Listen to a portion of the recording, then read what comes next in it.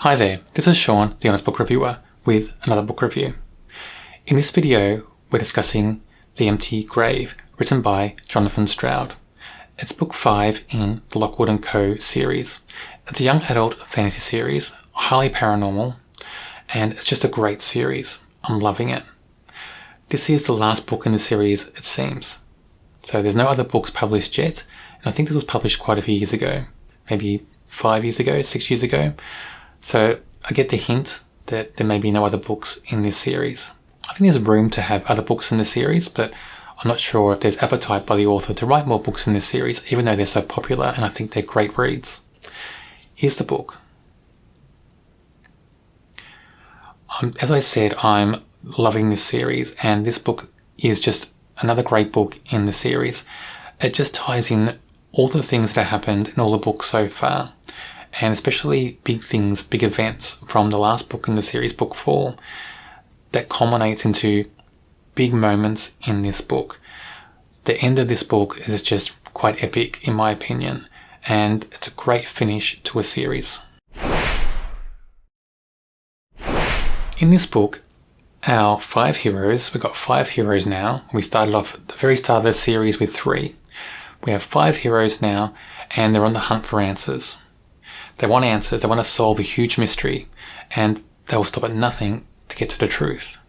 But how did we get there? What's the setting in this world? So 50 or so years ago, in the setting of this world, in London, and I think the greater UK, I'm not sure about the rest of the world, because it's not really mentioned, I think, in the series. Anyway, in London and the rest of the UK, it seems there's ghosts everywhere. So something happened about 50 or so years ago and just allowed ghosts and other spirits to come from their realm into our realm. And they wreak havoc. You know, some ghosts more than others, and they can actually kill people as well. Because of this, different agencies have sprung up. Some very powerful, some small and weak, middling ones as well, but their role is to basically tackle the ghost problem and rid the hauntings, and then find the relics or the artifacts that the ghosts are linked to, because every spirit is linked to something. I think it's called a source in the books. They can neutralize the sources, and then those sources are taken to furnaces and destroyed, and that rids the ghosts. So that's the only way they can get rid of ghosts and spirits from our realm. Lockwood Co are a small agency. They were 3 people. Since book 3 in the series, they're 4 people, and now they've got a 5th person who helps them. So they're very, very small as agencies go in London. But they're very clever, and they're very unique with what they do.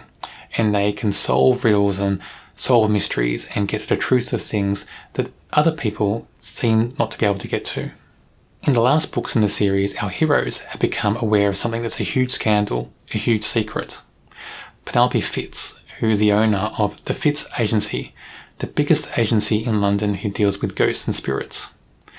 They've learned that she's not who she says she is. They've learned that she's her grandmother, really, in disguise. They're not sure how, but they're not sure how to even prove it, how to tell people what they know, but they're aware of it, and they're trying to hunt for clues, trying to hunt for evidence to prove it. And that's one of the big things in this book that drives basically the whole storyline in this book, the last book in the series.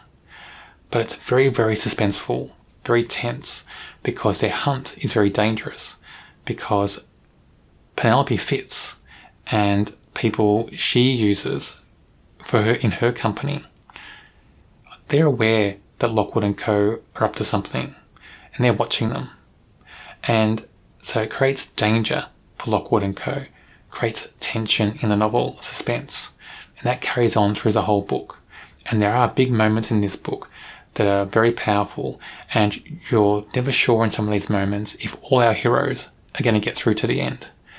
And there are some moments that are edge of the seat, where your heart's in your throat, where you just, tense, waiting to see what happens. You want to get through those pages quickly to find out if everybody's going to be okay. It's very powerful in this book, and it's written so well in those moments. While we have these big tense moments, big powerful moments in the story, and there's many of them, we have the usual mix the author puts into all these books in this series. We've got great pacing, great dialogue, great humour, and a lot of wit between the characters in their dialogue. great, just moments in the book where everything kind of shines so brightly in the story. The author is so good at plotting out and planning a story, I think anyway. Everything about it flows so well, and that's happened with all the books in this series. Everything just seems to have a purpose, and you can even tell where certain things from previous books, even book 1 and 2 in the series, they tie into this book. You can see that was purposely done, and the author had this plan that was going on from book 1 all the way through to book 5 in the series, and I like that.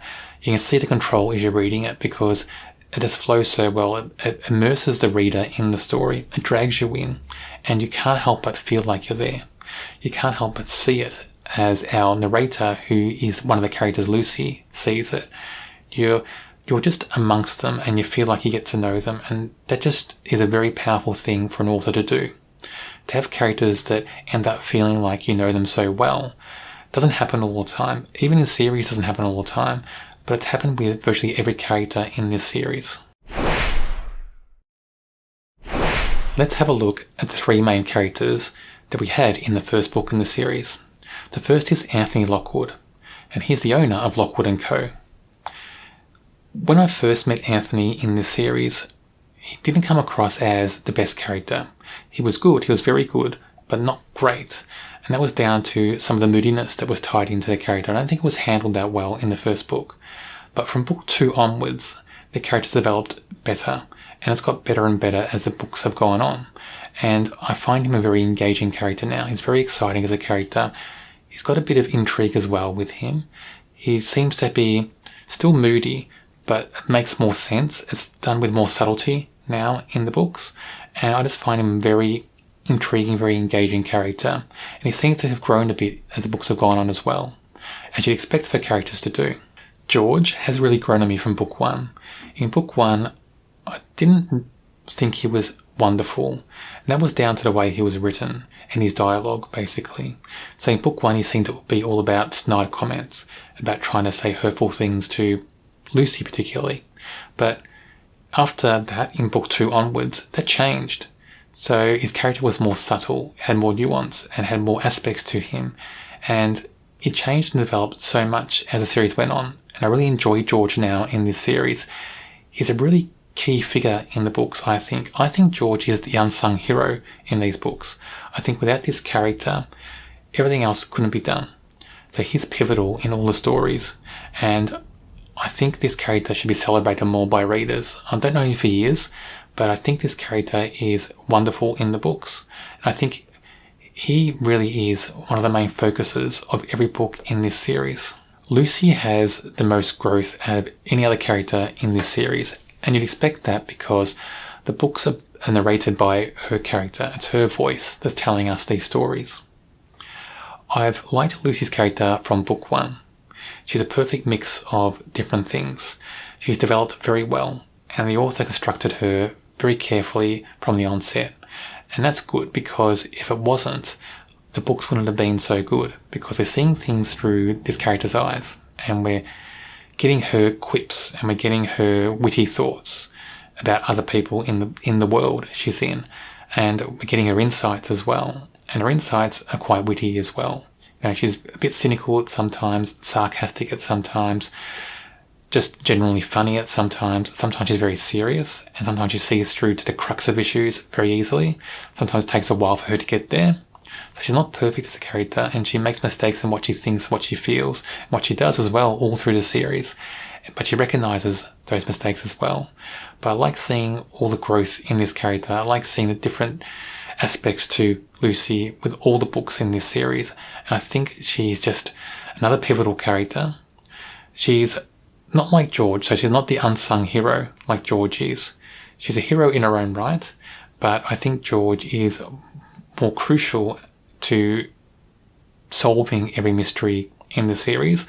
I think Lucy's there as the narrator and kind of the bridge between all the characters, because she seems to get on with everybody by the end, and she seems to be the one that focuses on certain things in the world that other characters may not.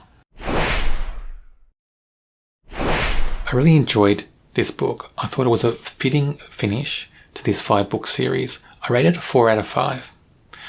It's got a lot going for it, and so many big things happen in this book, especially towards the end. There's big moments towards the end that are quite epic, really.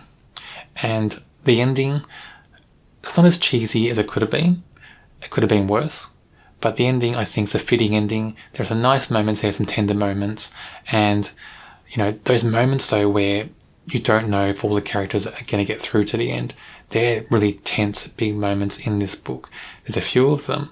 So if you read this, it's a bit of an emotional roller coaster as you see our characters go through many big challenges. But it just drags you into the story even more, gets you engaged, and you follow them so closely in this book. On my channel, I do review other fantasy books. If you're interested in those books, check out my channel and subscribe. I've got a fantasy playlist on my channel. I've also got a playlist based on this series. So I've got a playlist called Lockwood Co Playlist. You'll find it on your screen now.